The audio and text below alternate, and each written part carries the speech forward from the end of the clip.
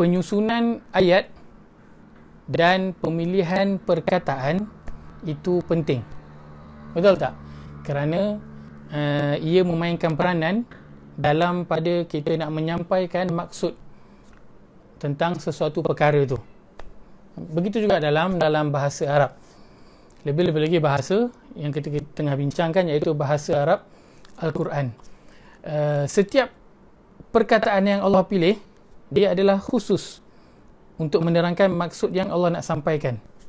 Dan setiap susunan ayat, setiap susunan perkataan di dalam ayat tu adalah Allah susunkan dia dengan sengaja, walaupun mungkin kita akan nampak ada dari segi biasanya ada sedikit kelainan.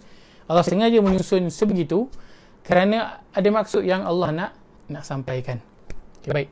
Di dalam ayat ini, jika kita lihat perkataan iyyaka na'budu,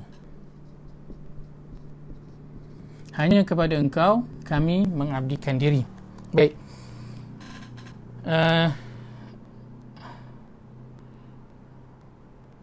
Di dalam susunan ayat, kalau dalam bahasa Arab, susunan ayat sebegini adalah susunan ayat yang kita cakap apa, yang tak normal, bukan susunan ayat yang biasa. Kerana susunan ayat yang biasa di dalam bahasa Arab ialah na'budu iyyaka. Ini adalah susunan biasa. Kerana apa? Kerana bahasa Arab selalunya dia punya pembuat, pelaku, perbuatan dan pembuat. Perbuatan dan juga si pembuat ataupun pelaku diletak di hadapan, dan di belakangnya ialah apa yang dibuat. Ali memukul Abu.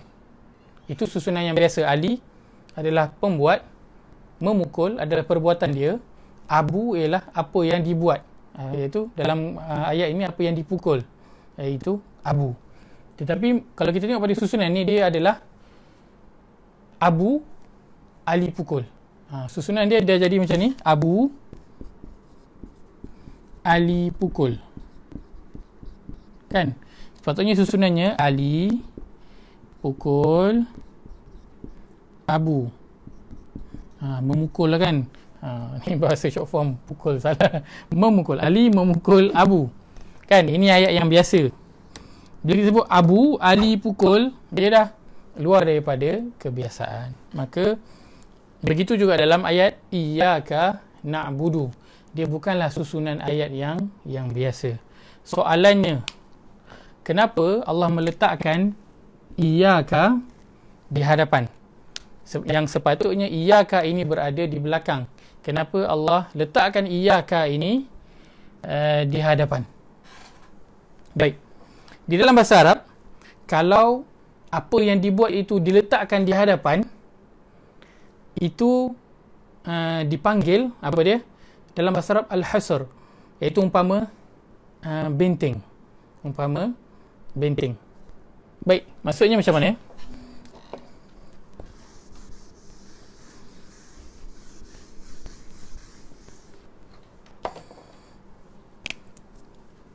Allah katakan di sini, hamba di sini.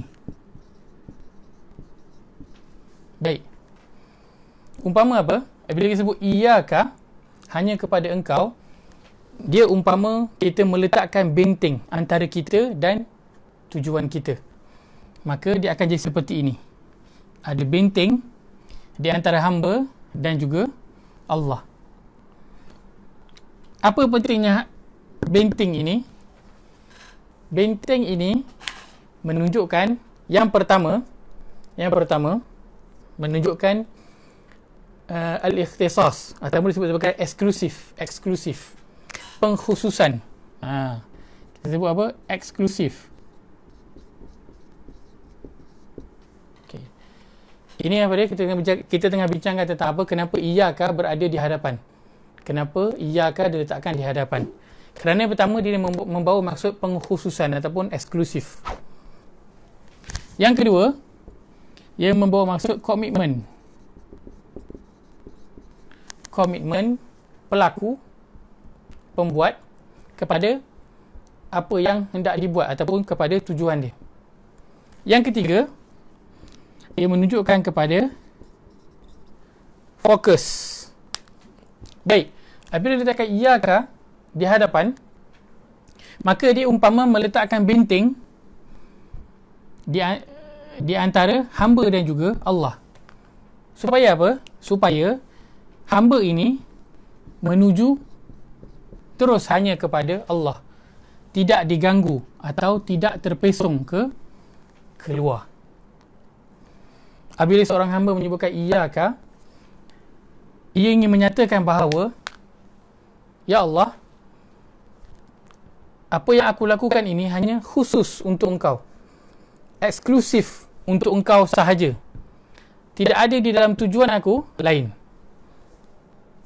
Apabila seorang hamba menyebutkan iyaka, ia menyatakan komitmennya terhadap apa yang ingin dia lakukan, iaitu dia ingin menuju kepada Allah, lalu dia berkatakan iyaka, hanya kepada Engkau. Ia menyatakan komitmen dia bahawa ia hanya akan menuju kepada Allah. Dia buat sesuatu itu hanya untuk Allah. Apabila seorang hamba menyatakan iyaka, maka ia telah menyatakan ataupun mendeklar fokus. Fokus dia hanya satu, iaitu ka. Fokusnya satu, iaitu ka. Ka itu ialah Allah. Jadi sebab itu iyaka diletakkan di hadapan sebagai satu bentuk pengkhususan komitmen bahawa seorang hamba itu dia hanya satu sahaja tujuan dia buat perkara itu, dan hanya satu arah saja tujuannya, tidak ada arah lain dan sebab lain. Jika dikatakan na'budu iyaka, kami mengabdikan diri akan Engkau, ia mungkin kepada lain.